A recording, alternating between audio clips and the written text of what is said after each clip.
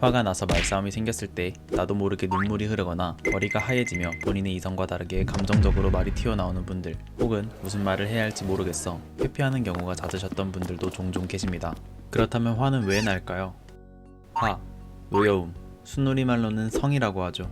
어떠한 상황이나 대상이 몹시 못마땅해서 생기는 마음이나 느낌, 즉 감정 중의 하나입니다. 화가 나면 우선 기분이 안 좋아지고 심한 경우 얼굴이 새빨개지며 행동과 표정이 사나워집니다.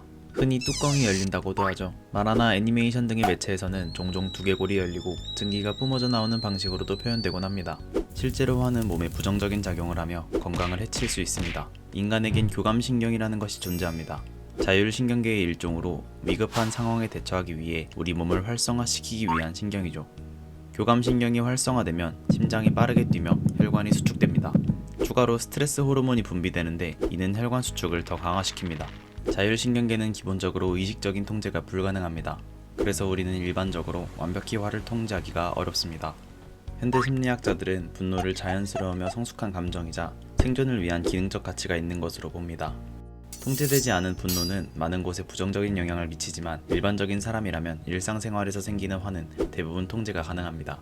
하지만 힘들죠. 강한 분노를 무작정 참는 행위는 앞으로 가던 자전거를 갑자기 멈춰 세우는 것과 같은 느낌입니다. 근육에도 무리가 가고 자전거 브레이크도 마모되겠죠. 우리는 평소 많은 것들을 참고 있습니다. 현대 사회를 살아가는 사람이기 때문이죠. 인간은 집단 생활을 하는 동물인 만큼 항상 다른 사람과 어울려야 하기 때문에 우리 주변엔 화의 원인이 될 수 있는 요소가 가득합니다. 그렇다고 매번 화를 낼 수도 없는 노릇입니다. 이성적인 판단이 필요한 현대 사회에서의 문제를 해결하기 위한 과정에서 별로 도움이 되지 않기 때문에 우리는 화를 참으려고 노력합니다. 하지만 화를 무작정 참는 것은 오히려 좋지 않다는 건 이미 모두가 알고 있는 사실이죠. 화를 잘 참는 방법이 아니라 잘 내는 방법이 필요합니다. 감정을 담아 쏟아내는 것이 아니라 본인에게 기분을 나쁘게 하고 마음의 상처를 낸 원인의 해결 방안을 얘기하는 것입니다. 어떻게 화내야 잘 냈다고 소문이 날까요?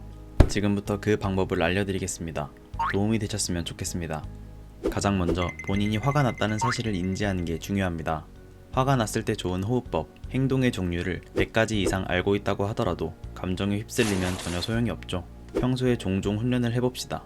본인이 지금 어떤 상태인지 이성적으로 볼 수 있어야 합니다. 내가 유체이탈을 했다고 생각하고 자신의 모습을 한 걸음 뒤에서 살펴보는 겁니다.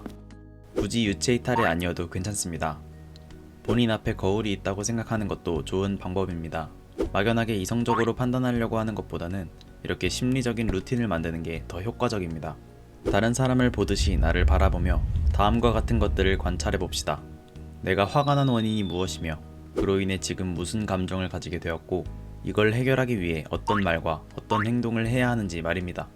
물론 바로 적용하기는 어렵습니다만 훈련과 경험을 통해서 익숙해지면 평소에 감정을 제어하기 힘드셨던 분들도 많은 도움이 되실 거라고 생각합니다. 이것을 반복하다 보면 어느새 나를 관찰하는 과정에서 생각이 정리되어 화가 사라지는 경험을 하시게 될 겁니다. 점점 걸리는 시간도 짧아지며 나중에는 다른 사람들에게 전혀 화를 내지 않는 굉장히 어른스럽고 침착한 사람으로 보여지겠죠. 지금까지 제 경험을 바탕으로 한 화를 잘 내는 방법을 말씀드렸습니다. 이것은 어디까지나 저의 주관입니다. 우리들의 감정에는 정답이 없습니다. 하지만 평소 감정적인 부분에서 고충이 있으신 분들께 조금이나마 도움이 되었다면 좋겠습니다.